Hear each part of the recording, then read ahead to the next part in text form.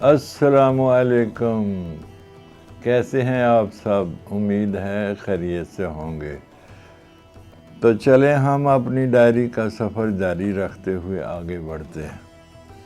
جیسا کہ میں نے آپ کو بتایا تھا، پارٹیشن کا وقت تھا کہ ہم لڑکے کھیل رہے تھے کہ اچانک انڈیا کا جہاز نمودار ہوا اور اس نے فائرنگ شروع کر دی۔ ہم سب درختوں کے تلے چھپ گئے، دل حلق میں اٹک گیا ہو جیسے۔ موت صاف دکھائی دے رہی تھی، ایسے محسوس ہو رہا تھا کہ بس آخری وقت ہو جیسے۔ لیکن ہمیں بڑوں نے سمجھایا تھا کہ ایسی سچویشن میں ساکت ہو جانا، درختوں کے نیچے یا زمین پر لیٹ جانا، حرکت نہ کرنا۔ سو ہم نے ویسے ہی کیا۔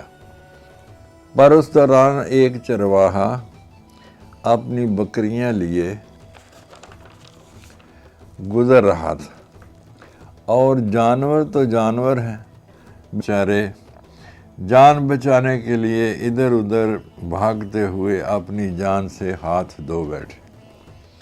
ان کے اڑتے ہوئے چیتڑے اور خون کی فواریں زمین کو لہو لہان کر گئیں۔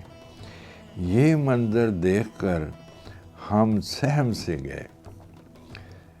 خیر جہاز تو واپس مڑ گیا، پر ہماری آنکھوں کو جو نظارہ نظر کر گیا، نہ تو وہ بیان ہو سکتا ہے اور نہ بلایا جا سکتا ہے۔ پھر وجیاں کوکاں، پھر گاؤں کی طرف سے لوگوں نے چلانا شروع کر دیا کہ جلدی بھاگو، گھر کو آؤ۔ دوپہر کا وقت تھا، ماؤں نے تنور پر روٹیاں لگائیں، اچار اٹھایا اور بچوں سمیت گنے کی فصلوں میں دبک کے بیٹھ گئیں۔ مرد بچے عورتوں کو فصل میں چھوڑ کر واپس گاؤں چلے گئے۔ لوگوں نے گاؤں سے ہٹ کر چھپ کر بیٹھنا مناسب سمجھا کہ کہیں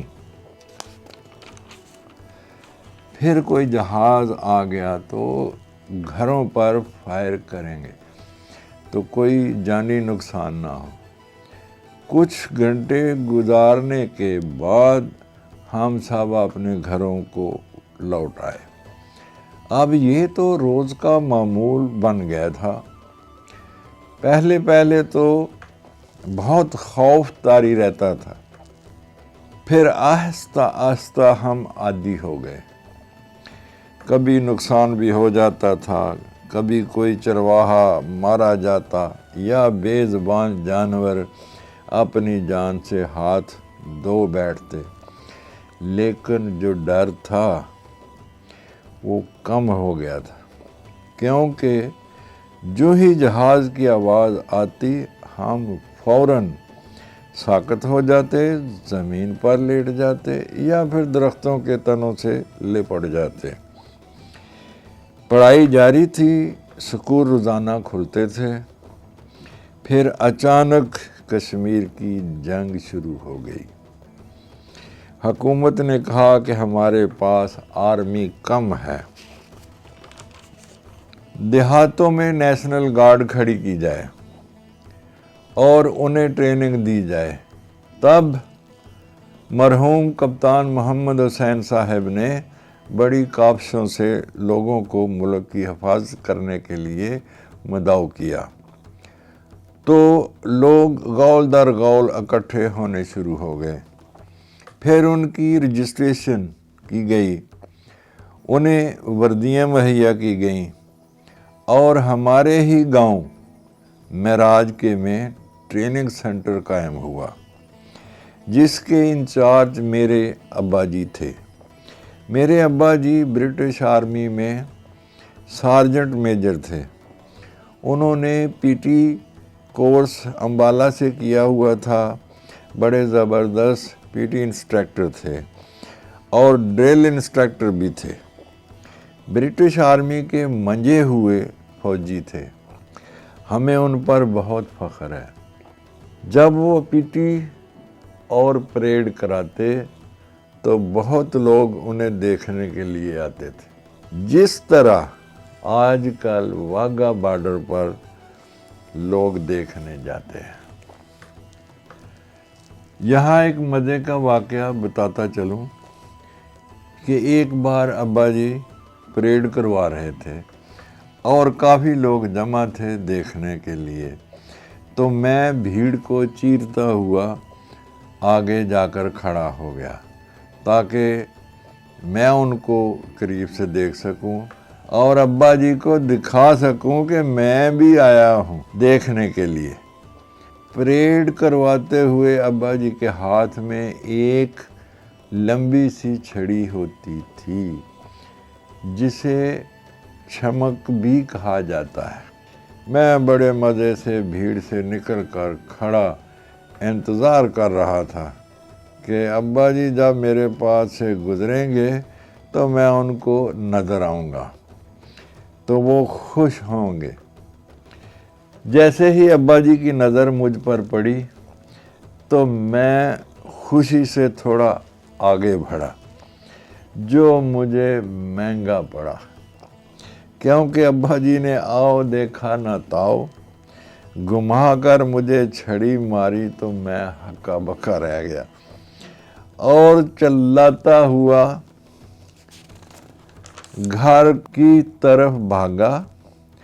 دراصل چھڑی پڑنے کی وجہ یہ تھی کہ میں اس جگہ کھڑا ہو گیا تھا جہاں پر کھڑا ہونا منع تھا۔ میرے ابا جی تھے بہت ڈسپلنڈ۔ ایک اور واقعہ بتاتا چلوں۔ ایک بار ابا جی نے کسی سے پیسے لینے تھے تو وہ پیسے کے بدلے گائے دے گیا۔ میں ایک دن گائے اور بھینس کو لے کر کھیتوں میں گیا۔ بھینس اور گائے اکٹھی رکھنا مشکل ہو رہا تھا۔ میرا دھیان بھینس کی طرف تھا تو گائے بھاگ گئی۔ اب میری سمجھ میں نہیں آ رہا تھا کہ میں بھینس پکڑوں یا گائے کے پیچھے بھاگوں، سو میں بھینس لے کر گھر کی طرف چل پڑا۔ گائے کسی کے کھیت میں جا گھسی تو جس کا کھیت تھا وہ شکایت لے کر ابا جی کے پاس پہنچ گیا اور اس نے سارا واقعہ ان کے گوش گزار کر دیا۔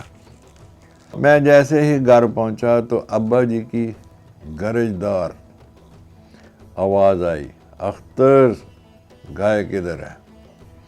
میں نے اپنے خشک حلق کو تھوک سے تر کرتے ہوئے کہا کہ وہ تو بھاگ گئی۔ پھر کیا ہوا وہ میں آپ کو ضرور بتاؤں گا اگلی ایپیسوڈ میں۔ اللہ حافظ۔ اپنا خیال رکھنا، اپنے بچوں کا خیال رکھنا، ہمسایوں کا خیال رکھنا۔ فی امان اللہ۔